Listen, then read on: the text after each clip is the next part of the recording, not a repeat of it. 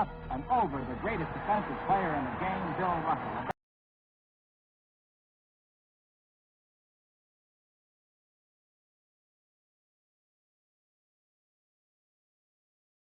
We had was get up to Elgin and get out of the way. Modern basketball began with Elgin Baylor. Every single hesitation move, every single reverse layup, every single between the legs dribble, every single spinning move that you see in a routine manner in every single NBA game or college game played today owes its existence to the mind of one man, Elgin Baylor.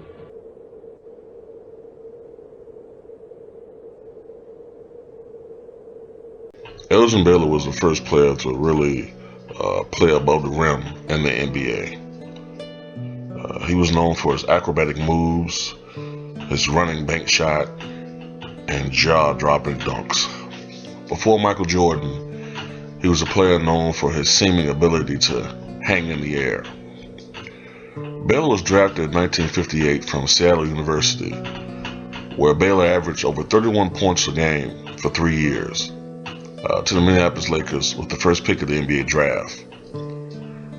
The Lakers at the time was a struggling franchise, a few years removed from the Mike Henry championship glory days, and they now were the worst team in the league with the worst record. The team was also struggling financially. Matter of fact, in a 1971 interview, I just read this now, this is not something I knew prior to researching more. 1971 interview, the Minneapolis owner was saying that Elgin Baylor had decided not to sign with the team, to sign that $20,000 contract. He said that the Minneapolis Lakers most likely would have went bankrupt, and perhaps the Lakers franchise as we know it would have never existed. So it's interesting that maybe just the mind of Elgin Baylor agreeing to that contract in 1958 may have did save the Minneapolis Lakers franchise, and maybe that's the reason why the Lakers are in existence today. But anyway, they needed a marquee attraction, the Minneapolis Lakers, and Elgin Baylor proved to be just that. In his rookie year, Baylor averaged nearly 25 points, 15 rebounds, and 4 assists per game. Despite his 6'5" 225-pound frame, Baylor was a tremendous rebounder. Even when you consider the pace of game factor for that era, he was still a tremendous rebounder. He won the Rookie of the Year award and helped to lead the Lakers to the NBA Finals, a remarkable turnaround from the prior season. They would lose to the Boston Celtics, however, and that would prove to be a sign of things to come for Baylor and the Lakers in the years ahead. During his career, Baylor would appear in the NBA Finals 7 more times, and each time they would lose.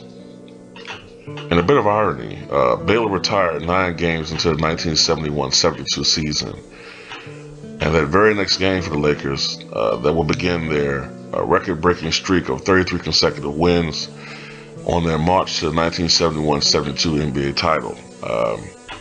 Had Baylor just decided maybe to just play one more year, he'd have finally won that coveted championship. Well, possibly. I'll go on that in a little bit if he wasn't taking some of the shots. But anyway, in 1960, the Lakers moved from Minneapolis to Los Angeles, and Elgin Baylor entered his prime years. On November 15, 1960, Elgin Baylor scored a then record 71 points, besting his own mark of 64 points a year before, which had broken Joe Fulks' record of 63 points back in 1947.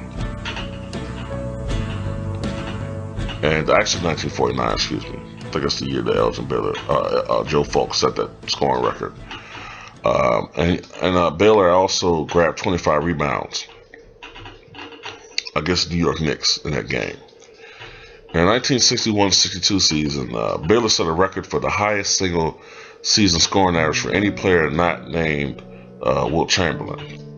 He averaged 38.3 points per game that year, though he only appeared in 48 games. In the NBA Finals that year, Baylor set an NBA record for most points in a playoff game, with 61 points. Despite the fact that the record's been broken by Michael Jordan, Baylor still holds the record for most points in a finals game and the most points in regulation, with 61. If I remember correctly, Jordan scored 54 points in regulation in that game. They scored 63. By the mid-1960s, Baylor began to suffer from knee problems. And after a severe knee injury in 1965, Baylor's game was never quite the same afterwards.